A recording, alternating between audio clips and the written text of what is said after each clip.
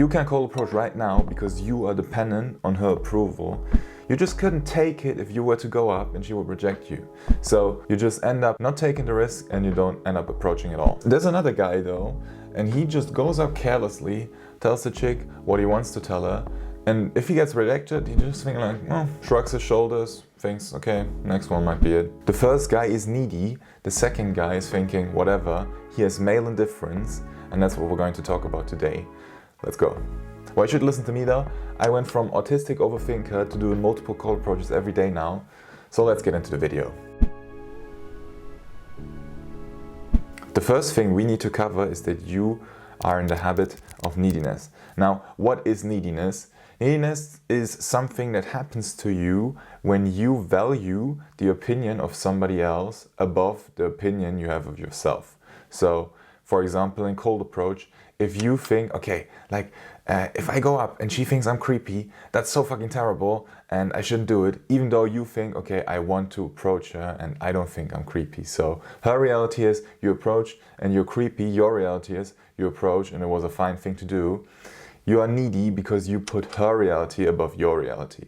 You are needy every time you put somebody else above you to please them. Because you know, oh fuck, like they're higher status than me, they're prettier than me, I have to be extra careful around them, not to do anything that would make them disapprove of me. And this is what most men are doing nowadays, they're just so fucking needy for women. And you know what the problem with that is? Because like there might be like some simps and white knights being like, hey what, that's a good thing if I treat her like a queen and I don't want to disturb her. The problem is that this shit is fucking repulsive to women. Like if she can tell you're just so fucking nervous to speak to her, she already knows, like, this guy, he's a pussy, he can't even speak to me, like how like he's terrible. So you can probably already tell how this shit fucks up your ability to cold approach, because if you attach your self-worth to her opinion of you, then obviously it's gonna be very hard to do cold approaches if you're always at the risk of fucking feeling like a terrible person as soon as she fucking says something stupid. The second thing that happens when you're needy is that you put yourself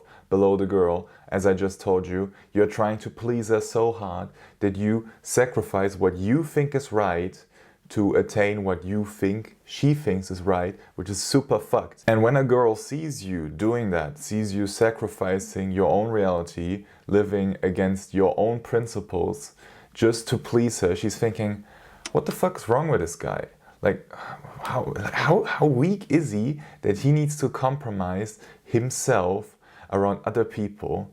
How dependent is he on my approval? I must be above him. And if I'm above him, that means I'm higher value than him. And I don't want to fucking date a fucking pussy who's lower value than me.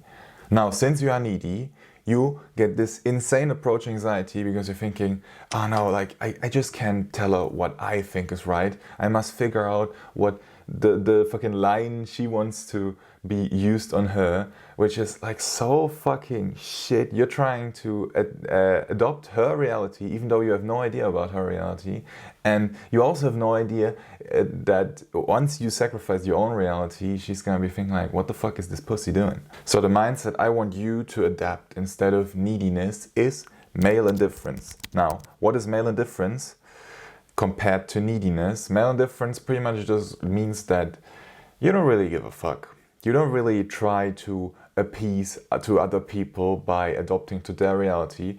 You are just living your reality and you're thinking, you know what?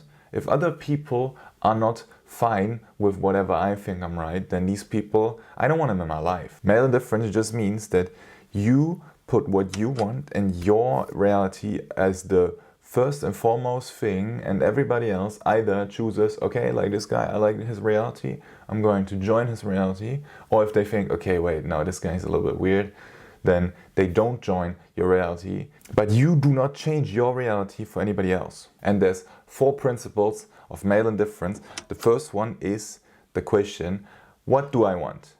As an indifferent male, you're just thinking, okay, what do I want? And then you go out there and apply it to the world. You're not thinking, oh fuck, what do I want? But what does she think about the thing that I want? Oh, does she think it's a bad thing? No, you just think, what do I want? Okay, I want to speak to her, I'm gonna speak to her. The needy guy is thinking, what do I want? I want to speak to her, but wait, what if she doesn't want to be spoken to right now? And he doesn't do it. This is the difference between the indifferent guy who just does what he wants and the needy guy who tries to do what other people want. The second principle derives of the first principle. If you keep on doing what you want, naturally, there's people who think, okay, this guy's cool because he just starts dancing in public, or they're gonna be thinking, okay, what the fuck, this guy's cringe, he starts dancing in public. So a natural byproduct of doing what you want is polarization. And polarization pretty much just means there's people who are going to like you and there's people who are not going to like you. But since you are not needy, you don't give a fuck about the people who don't like you. The needy guys were like, no, wait, I need to appease to everyone. Fuck, what? There's people that don't like me. No, how can I make you like me? This is like a pussy way of thinking. You just have to be kind of indifferent about it. Be like, okay, like there's groups who are going to think I'm cool and there's groups who are going to think I'm stupid. I'm just gonna hang around the groups who think I'm cool. Like fuck the guys, fuck everybody else. I'd polarize people. I don't give a fuck about what people think of me. The third principle is holding your frame, and that just pretty much means that you continue to believe what you have believed previously, even if somebody else says, no, what you're believing is wrong. For example, you believe, okay, it's a good idea to go up to her and tell her she's pretty. So you do that, you go up to her, and then she's with her friends, and her friends tell, oh, you're such a creep. And you just look at her friend, and you see her reality, you're a creep. Your reality, I want to speak to her, it's the right thing to do, that I'm going to speak to her. And holding frame just means that you continue to believe what you thought when you did the cold approach, instead of trying to adapt to what the other people are thinking of you. Holding your frame plays into the fourth principle, which just means living your reality. You decide what the truth is, and then you just abrasively live that truth, even if you polarize people and some people are going to fucking hate you, even if some girls might look at you weird, you don't give a fuck. You are living your reality, and in your reality, you're a cool fucking guy. So how does this translate into cold approach? Because there's something interesting happening once you start adopting the male indifference mindset, which is she kind of stops being a position of power in cold approach. You know, once you stop caring about what she says, or once you stop caring about, oh, fuck, is she gonna like me? Is she not gonna like me? She doesn't have power over you anymore. And if she doesn't have power over you anymore, then cold approach pretty much just comes down to a you versus yourself. You don't have to think like, oh fuck, what do I need to say to get her approval? You're just gonna think like, okay, can I tell that little bitch voice in my head to shut the fuck up and go up to her anyways? You no longer have to think about her in the cold approach, you just have to think about yourself and thinking, okay, really? Do I have the courage to just go up to her even when like I'm kind of scared and it's like a kind of new situation? Cold approach becomes a you versus yourself, and that's so fucking beautiful, because then you literally like there's no other variable besides you who decides, okay, how many cold approaches do we do today? That's crazy. That's like fucking empowering feeling. And what I don't want you to think is that male indifference means that you don't feel any emotions. Male indifference just means that you feel the emotions because, yeah, of course it's painful. Like if she brutally rejects you, she just like looks at you and then looks away, and you're thinking like, ah, goddamn. Like, of course that's still painful even for a male indifferent guy. But male indifference just means, okay, it's not about not feeling the emotion, it's about feeling the emotion and not being influenced by it. It's kind of like stoicism. You feel the pain of the rejection and you're thinking, okay, you know what, like this says nothing about me. I'm not needy for her. She just didn't fit to my reality. This was just another person I polarized into the negative pole, which, yeah, oh my God, like somebody doesn't like me, but who gives a fuck? I have friends that like me, my family likes me. The two girls I cold approached before her like me. So yeah, like I don't give a fuck. Male indifference. And another thing that might not be very obvious to you right now is that once you actually start abrasively holding your frame, that will make people respect you more when they see, okay, this guy, he's confident in himself, and even if we talk trash about him, he doesn't change his opinion just so we stop talking trash. This guy, he's so healthy in his mind, there's no enemy inside. He's not thinking, oh fuck, somebody doesn't like me, fuck, I need to appease them right now. This guy, he's like actually kind of a Chad, you know, like we can talk trash about him and he just laughs it off. How powerful is that guy? So even if these people don't like you, they still respect you. Like, they're not gonna tell you that they respect you, but they can't help but to respect you because they see you're not like made of paper, you're not easy to crumble. Now, what would happen if you were easy to crumble? If you were doing something that you thought was right and then somebody else told you, no, that's wrong. And you actually started saying, yeah, right, you're right, I was wrong. Pussy.